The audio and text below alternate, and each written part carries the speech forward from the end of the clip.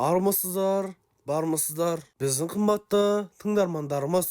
Арнамызға қош келдіңіздер. Арнамызға салған әңгімелерімізге лайк басып, тіркеліп, қолдап жүрген сіздерге Аллам разы болсын. Әңгімелерімізге лайк басып жүрген алтын саусақтарыңыз талмасын, шаршамасын. Отбасыларыңызда тек мереке, береке болсын. Қымбатты тыңдармандар, біз түрлі тақырыпта әңгімелерімізді әңгімелейтін боламыз. Түз тақысы қасқырлар жөнінде, шытырман оқиғалар жөнінде, қылмыс әлемінен де бар білгенімізді ортаға салып тұратын боламыз. Ал ендеше қымбатты тыңдармандар, мен әңгімемді бастайын. Мен әңгімелейтін әңгіме Жамбыл облысына қарасты станция Шу дегенде барша қазақ еліне анашаның отаны екені естеріне түсері даусыз. Міне осы Шуда туып өскен Шара деген жігіт осы анаша есірткіні сатып, нарко бизнесті ұлғайтып, соңында үлкен барон болады. Міне осы Шараның басынан кешкен қызықты оқиғаларын жіпке тізіп, тәппіштеп айтып беремін.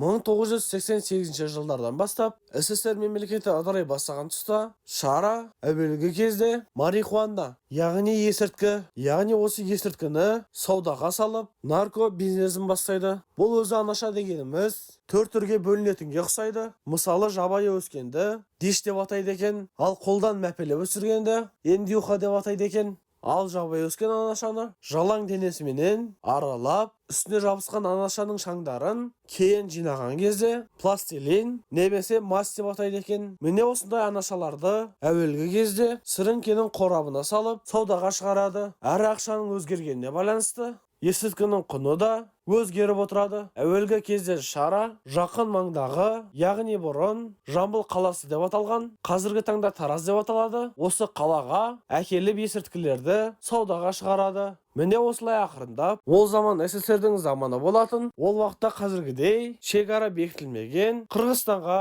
Өзбекстанға емін-еркін өте беретін кез болатын. 1990 жылдары Кеңес өкіметі ыдырай бастаған тұста, яғни СССР тарқай бастағанда, Шара нарко бизнесін кәдімгідей көтеріп қойған болатын. Қырғызстанның астанасы ол уақытта Фрунзе деп аталатын, дәл қазіргі таңда бұрынғы аты қайта қайтарылып Бішкек деп аталады. Осы Бішкек қаласына барып, Қырғызстанның нарко варандарымен жолығып, ендігі жерде опиум зонаның тілімен ханка деп аталады. Міне осы опиумды жалабат арқылы Ауғанстан мен Тәжікстанға жеткен опиумдарды черный ходпен Қазақстанға кіргізеді.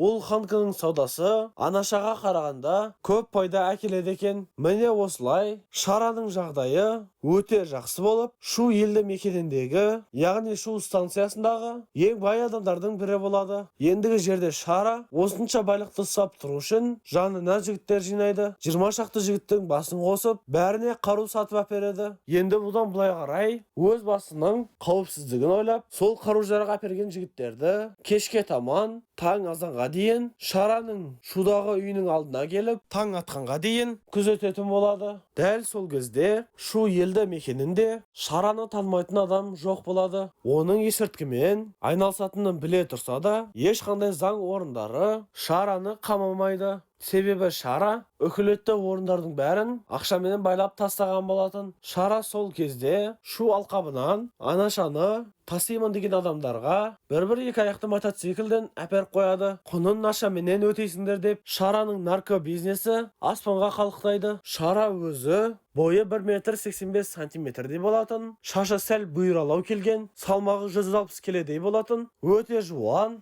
доп-домалақ адам еді. Міне осылай Шараның тірлігі өрге домалайды. Әуелгі кездерде жеңіл көліктің багажигіне салып, есірткілерді таратса, соңына жүк көліктеріне тиейтін болады. Тараз қаласын, Алматы қаласын, Қарағанды, Теміртау қалаларын есірткіменен толық қамтамасыз етеді. Шара 1996 жылы өзінің нарко бизнесіне героин сатуды да қосады. Дәл осы кезде героиннің түрлері Ауғанстаннан, Тәжікстан арқылы Қырғызстанға, Қырғызстаннан бүкіл бұрынғы СНГ-нің қалаларына тарқатылады. Шара дереу іске көшіп, ендігі жерде героин саудалауға бар күшін жұмылдырады. Героин бірнеше топқа бөлінеді екен. Мысалы, фольга дегені өте қымбаты, одан соң 3-9 дегені ол да өте қымбат. Бұл героиндер тіке Ауғанстаннан келетін товарлар. Ал өздеріңізге аян Шымкент қаласында Хим Фарм деген дәрі-дәрмек шығаратын зауыт бар екенін, сояқтан шыққан дәрі-дәрмектерге қосылған содан қалған қалдықтарды грязь деп атайды екен.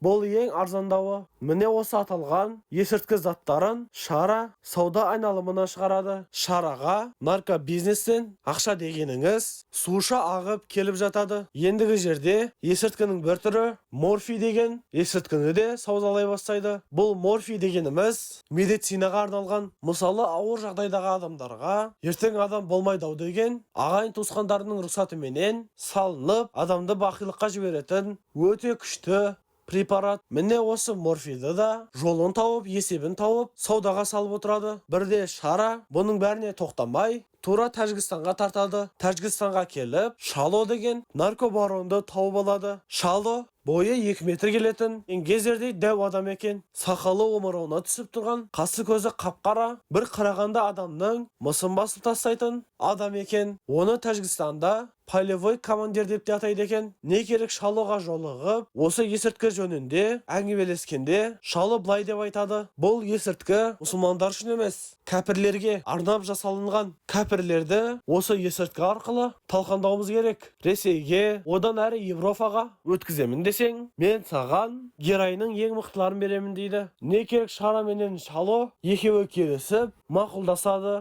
Шало айтады: әр күні сағат 5-тен бастап 7-ге дейін кешкі уақытта есектердің үстіне героинді тиеп Тәжікстанға қарай өткізеді екен. Егер 7-ден кешіксең, шекараны күзетіп тұрған солдаттар атып тастайды екен. Не керек? Шало өзі бастап 10 шақты есекке героин тиеп тура шекарадан өтетін жерді Шараға көрсетеді. Міне осы жерден осы есектер өздері біледі. 13 есекке героинді артып, бір есекке Шараның өзі мінгізіп, тодан өткеннен соң героиннің бәрін түсіріп алып, есектерді кері қайтарасың дейді. Ал ар жағы өзіңнің шаруаң. Шара мақұл деп келіседі. Дәл Шало айтқандай, шекараның жанына келіп, бір шеті Афганстан, бір шеті Қырғызстан, тура Тәжікстанменен шекараласқан жерінен есектерге героинді тиеп, таудағы бір аяқ жолменен Қырғызстанға қарай Жалауаттың территориясына өтеді. Тауға героинді нықтап жастырып, өзі жаяулатып, асфальт жолға келіп, Бишкекке жетіп алады. Бишкектегі барон достарымен жолығып, сол жерден көлік тауып, кешкісін героинді жасырған жерге келіп, героинді жеңіл көліктерге тиеп, Қазақстанға тартып қалады.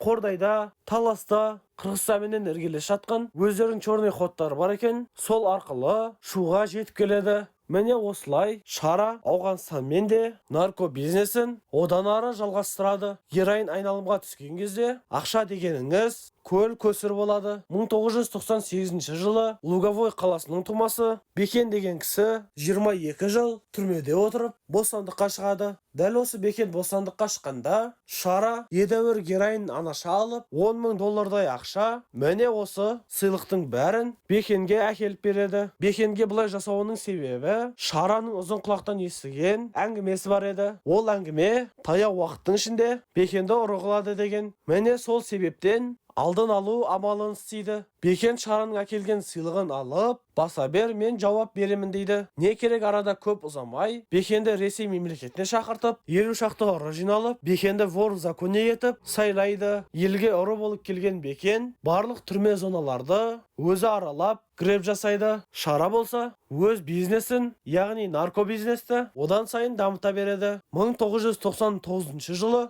көктем айында дәл осы Шуда туып өскен Ерлан Шуйский деген жігіт Алматы қаласында 4 ағайынның ішіндегі ең қауіптісі, қаһарлысы Құрманның бригадасында жүрген болатын. Шуға келіп, кетіп жүрген кезінде Шараның атын естіп, тірлігінің өрге домалап тұрғанын біліп, Шараны грузит етпек болып, Алматыдан 5 бала болып, Шуға келеді. Бесеуі де мұздай болып қаруланған. Шараны әңгімеге тартады. Шара да қара жаяу адам емес қой. Өзі қару әперген 20 шақты жігітті шақырып, 3 көлікке топырлап отырып, бәрінің қолында қаруы бар Ерлан шақырған жерге келеді. Шуға кіреберісте тас жолдан 60 метрдей шығып күтіп тұр екен. Шаралар 3 көлік тола жігіттер Ерлан тұрған жерге келеді. Көліктерінен түсіп, амандасып болған соң, Ерлан Biz Құрманның атынан келіп тұрмыз. Шара бұл сөзге мен ешқандай Құрманды білмеймін. Зоналарға греб жасап тұрамын. Бекен вор законеге отметка істеймін. Дәл осы жерде қоя салыңдар. Бұл сөзді естіген Ерлан қалтасынан пистолетін шығарғанда,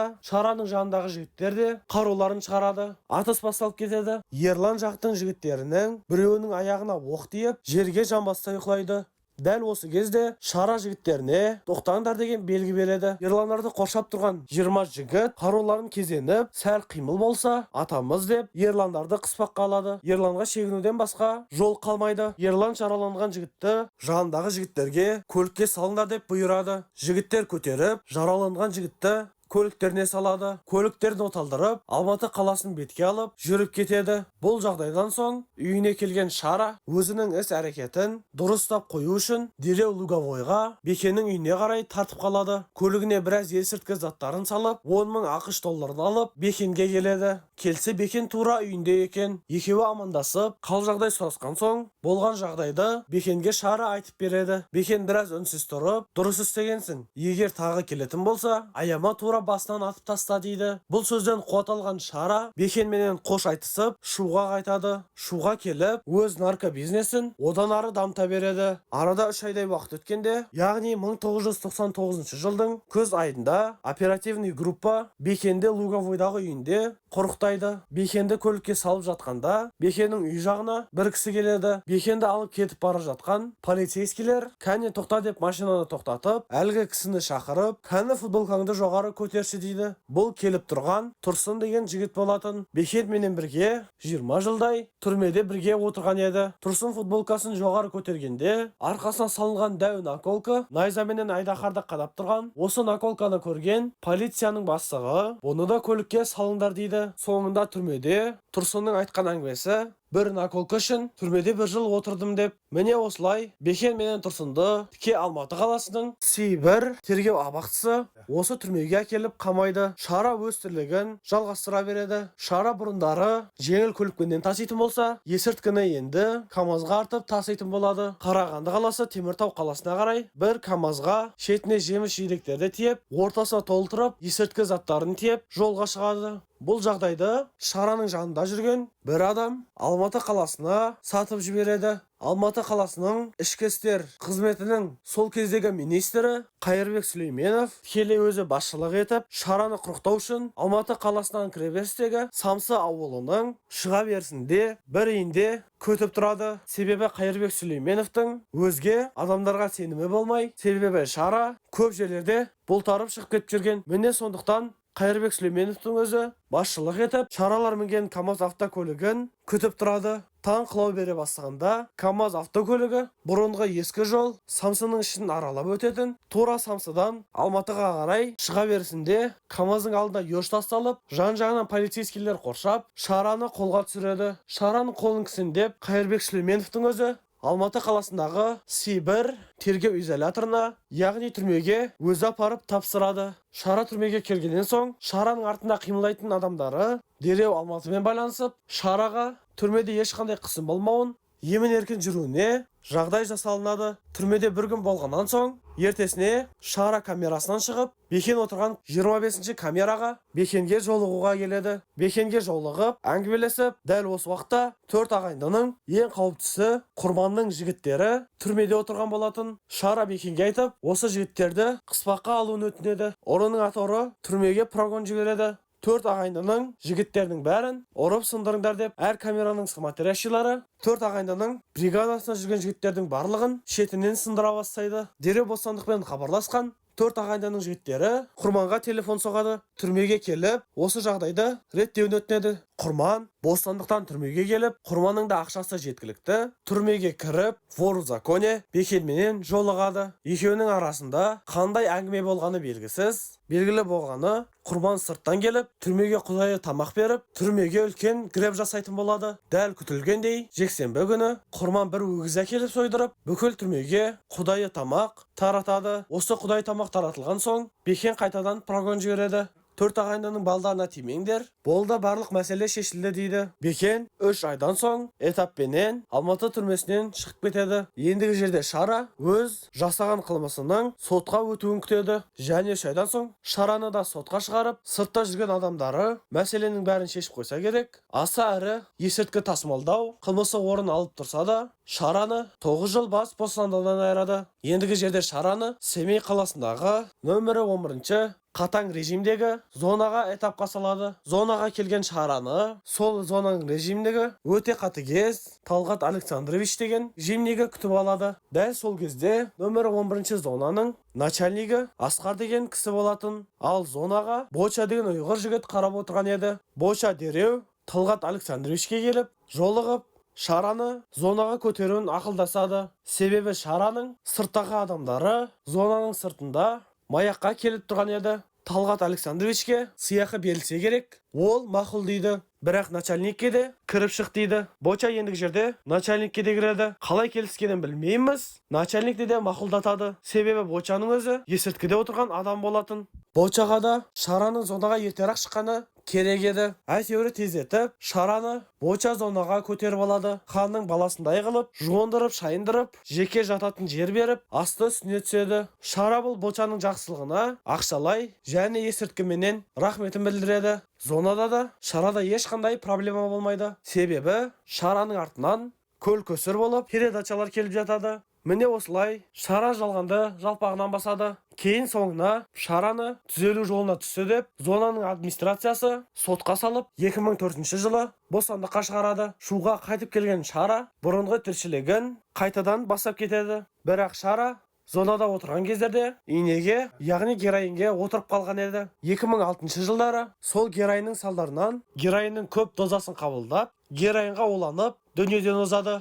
Міне қымбатты тыңдармандар, наркобарон Шара жөнінде бар білгенімізді ортаға салдық. Ал ендеше қымбатты тыңдармандар, әңгімелеріміз қандай да бір әсер қалдырып жатса, лайк басып, тіркеліп, қолдап қойсаңыздар болады. Арнамызға тіркелмеген тыңдармандарымыз болса, арнамызға тіркеліп, бізге көмек қолын ұсыныңыздар. Сіздердің қолдауларыңыз бізге ауадай қажет. Көп жиылса көл, тамшыдан теңіз құралады деуші еді ғой қазақ атам. Сіздердің әрбір басқан лайктарыңыз, әрбір тіркелгендеріңіз бізге үлкен күш-қуат, жігер береді. Ал ендеше қымбатты тыңдармандар, келесі әңгімемізді жолдағанша сау, саламатта болыңыздар. Еліміз аман, жұртымыз тыныш болсын, Қазақстанымыз қанатын кеңге жайып, қарыштай берсін. Сіздерменен әңгіме дүкен құрған Әлидің әңгімелері YouTube арнасы, ал мәтінді оқыған Әли Азатбайұлы.